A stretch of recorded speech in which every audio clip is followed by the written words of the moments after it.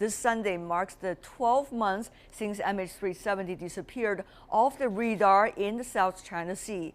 Last year saw an unprecedented multinational search across 1 million square miles, costing tens of millions of dollars.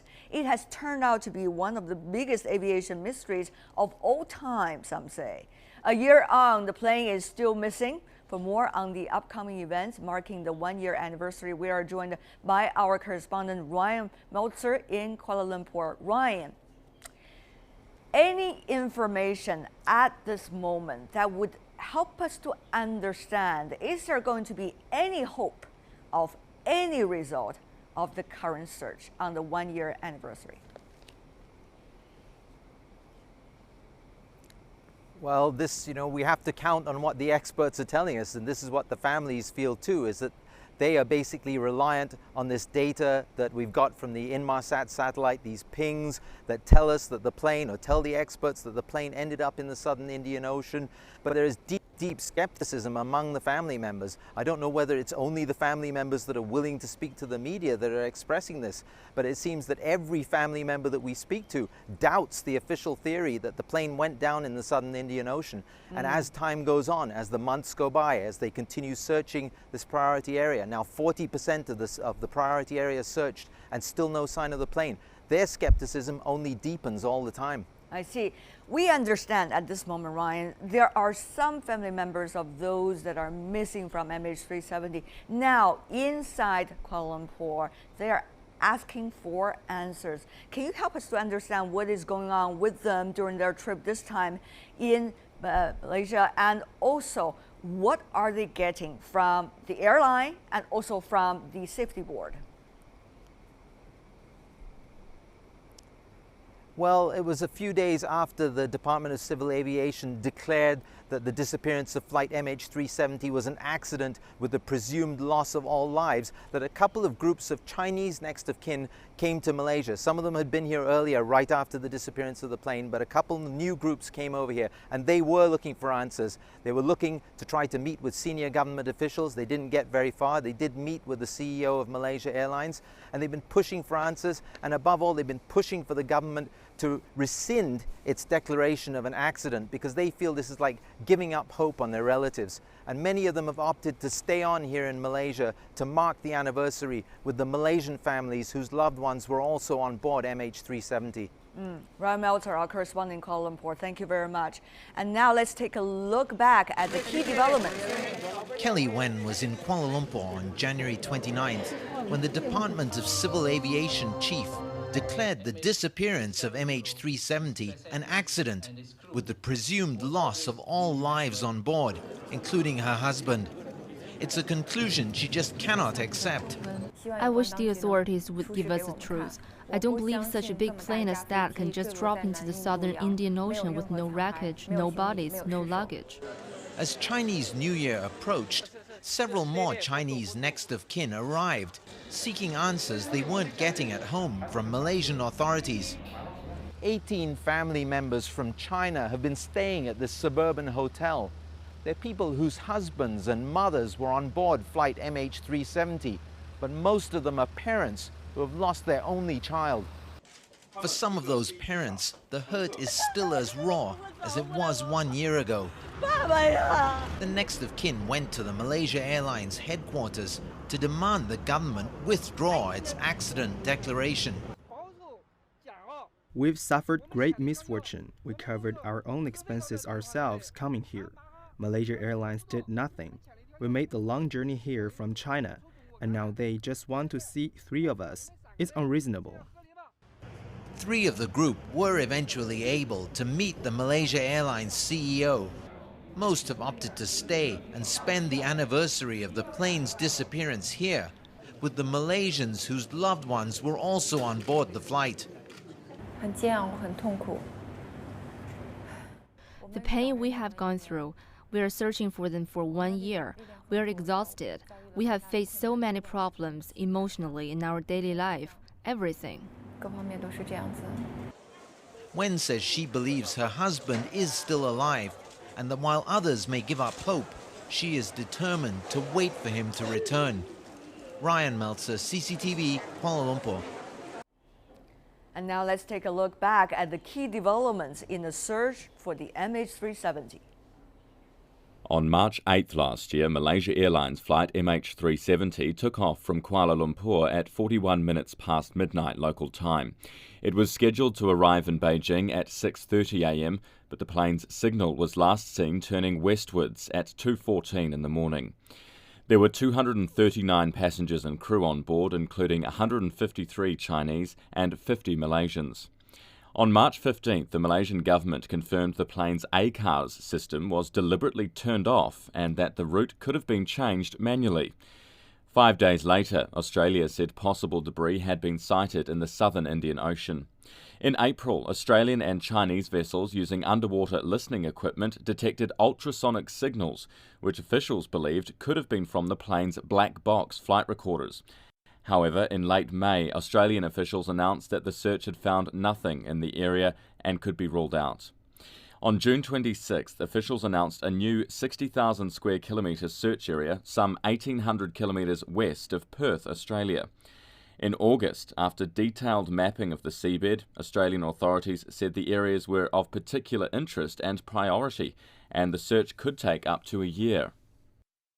On January 29th this year, Malaysia declared that the aircraft's disappearance was an accident and all people on board were presumed dead. The declaration allowed compensation payments to be made to relatives of the victims. Almost 1 year on, Australian Prime Minister Tony Abbott said he is unable to promise the search will go on forever, but he assured that the Australian-led search effort will do its best to solve the mystery. And for more on the missing plane, we are joined in the studio by Professor Qin Huaping. She is from China University of Political Science and Law. She's, of course, going to explain us from the legal perspective. Meanwhile, joining us in Washington, D.C., we have Mr. Mark Weiss, who is a former pilot and civil aviation expert from the Spectrum Group. And also in Washington, we have Mr. Robert Francis, former vice chairman of the National Transportation Safety Board. He's been involved in several investigations into aviation accidents. Welcome to all of you. First of all, may I ask you, Mr. Weiss, as an experienced pilot who have been in a company that has been assisting the search of some previous accidents, what do you think of the current stage of development, which is no information, no new development? Well, I'm not so sure that that's something to be that concerned about at this moment. You know, the fact that the search is continuing this far after the accident, and the fact that it's been refined for a different search area gives me hope that this will continue, and hopefully something will be found further down the road. So I still have that positive feeling that the information has been viewed, reviewed constantly, and now the search is being refined. So I have more optimism now than I had months ago. Really? Mr. Francis, what is your feeling? Only because the search is going on and therefore there's likely to be conclusion? I would agree with my colleague. I think that it's remarkable what has gone on. I think that it's wonderful that people are willing to finance the continuing search. I think that it was appropriate that the decision was made that these people were no longer living, given what the implications of that for monetary compensation. So things like this go slowly, and this is an enormously complicated, very international effort that's going on, and I think we have to accept the fact that it's not going to happen in a month or 2 months. But we imagine yourself, Mr. Francis, in the shoes of the relatives of those that have been missing from the plane. Is patience the thing we need, or rather something else at the moment? Well, I think that they've lost their loved ones a year ago, and I think that I certainly cannot say that I understand the position that they're in, but I think that I doubt that there's unanimity in terms of the relatives and as to whether the search could continue or not continue. Right. Some think that it should continue, some don't. Right. Mr. Weiss, what do you think should be the result of the search? I'm not suggesting specific results, like what can we learn rather, but rather what should be the nature of the search for the next stage if the search is still going on? Is it about the people involved? Is it about a lesson for aviation industry? Is it about how to deal with an accident when they involve multiple players, multiple countries? What are we searching for now in that operation? Well, I think you have to really take this on an overall perspective. I think what you really need to look at, and when you focus that attention on your question, what is it that we're trying to gain from this? You know, certainly the fact that the search is continuing, and I think everybody really needs to understand that the search just isn't going on haphazardly, that the area has continually been refined based upon continuous viewing of the information and reviewing of the information. You certainly, for the families involved, you want to have some closure. And you know, you don't want to take away hope, I understand that. But when you base it on evidence, everything appears to look as though it was the aircraft ended up in the South Indian Ocean. Now then you want to look at what could have been the causes of that. And you're not going to be able to determine that until you have the forensics on the aircraft itself or people or bodies from the wreckage. All right. And so, therefore, you know, I think that's the final hope. right. All of us are talking about this as an outsider. Only those relatives of those that are missing from the plane, they know exactly what it's like to wait for someone to go home, and they know what exactly it is to have someone else declare their beloved one possibly do not exist in this world anymore. And they know exactly what it's like to have no conclusion about whereabouts for their beloved ones and why they passed away. So let me ask you, Professor Chen, you're coming here as a legal expert. Many of these Chinese family members of those missing from MH370, they're trying to look for answers, and they're angry, understandably. I mean, for whoever is running into this situation would be very emotional. One of the things they complain about is the liaison office that they were told to keep in contact with, which is made of the individuals coming from the Malaysian Airlines and also individuals coming from the Malaysian Safety Board, Transport Safety Board. Actually, according to them, are not providing any information to them throughout the process of search. So they are angry about it. Is there anything, do you think, that they have the legal rights about? During this process, what are their legal rights? What should be the other players do in order to make sure their legal rights are being protected? So first, we also would like to show the sympathy to the families who lost their loved ones. So in terms of the legal perspective, legal aspects, so based on the information you provided, I think the next of kin of the passengers may claim the compensation against the airline company. First of all, it's not a compensation, it's access for information during the investigation, which is still going on because the search is still going on. What kind of legal rights do they have in terms of access to information? So currently, I don't think the passenger's family may file the litigation against somebody because, you know, according to the information issued by the authority of Malaysia government, so the search is still continuing. So the government do something. So I don't think they may file the litigation against any authority currently. And you don't think they have any legal rights to know any information They during have this the- process? They have And the if they're not rights. being informed, and therefore how their rights could be protected. I'm just asking because of information available in the press reports that some of them are not necessarily thinking they have access to information available should be to the relatives. And So- therefore, as a legal expert, I'm asking you, what kind of rights do they have? So they may claim the compensation if they really do not get any assistance or any help from the liaison office. So they may claim this kind of compensation. But for the information publication, so they may only contact with the authority. So this is Is only there, Mr. Francis, a information divide between the searching, those players that might have access to the latest information about the search, for example, the airline company, for example, the safety board, organizations inside Malaysia or elsewhere that are participating in the search, and as a result, what rights do the relatives of those missing should have access to? I think that the relatives should have access to whatever concrete, verified information is available.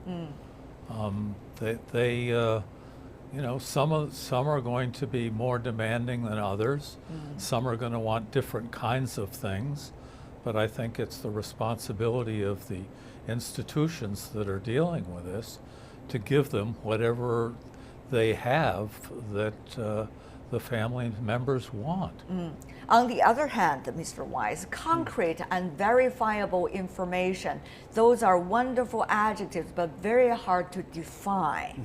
And it's very hard for anyone from outside those institutions, as Mr. Francis mentioned, to be able to judge whether there is any verifiable and concrete information regarding the search. So therefore, can anyone be of assistance to the relatives of those missing during this process for them to judge whether there's access to them or whether there's any information, in fact? Well, you know, from the very, very beginning, there's been a credibility gap with the way this whole investigation has been handled by the Malaysian government.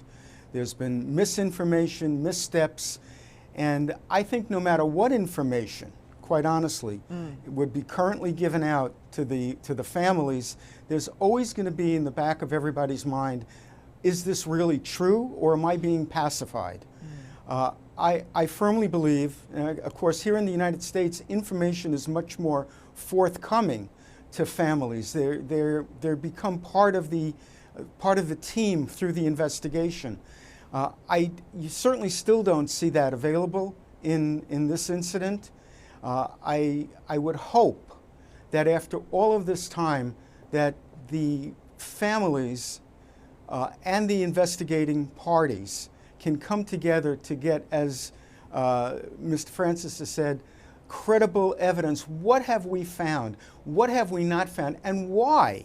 Why do we feel this way? This isn't just throwing darts in the air. This is something based upon evidence, and share that evidence and also understand and explain what went wrong with the investigation, what we've been looking for. Mr. Francis, are those fair questions to ask, or this is too much to ask for the Malaysian authorities? After all, they've been repeatedly explaining that this is a joint search operation. It is not just the Malaysian side that should play its role, but also all the others where the search operation is taking place. And also, they've been talking about what they have known, according to them, to those relatives. So do you agree with what Mr. Wise just said? And meanwhile, conspiracy theories are running all the time. We see that with any kind of accident. And shall we judge with these conspiracy theories? I do agree with Mr. Weiss. I think that that the authorities owe to the families all the information that they have, of which they are certain. You know, concrete, proved evidence. And I don't think there's any reason for them to not have that. Now, there are always going to be, and I certainly lived through a lot of this, there are always going to be family members that are accusing the authorities of not giving them everything they've got or giving them false evidence. And that's something that investigators and authorities have to live with. But the answer to that is to give out to the families and to the public whatever is confirmed, concrete evidence. Well, before we go, I want to have this final views coming from both of you before I go to our legal expert, is that what do you think should be the next stage of this search operation? What should be some of the concrete information do you think those that are participating in the search, that are responsible for the search, should give to the public, particularly to the relatives of those missing? Mr. Francis, very briefly from you first.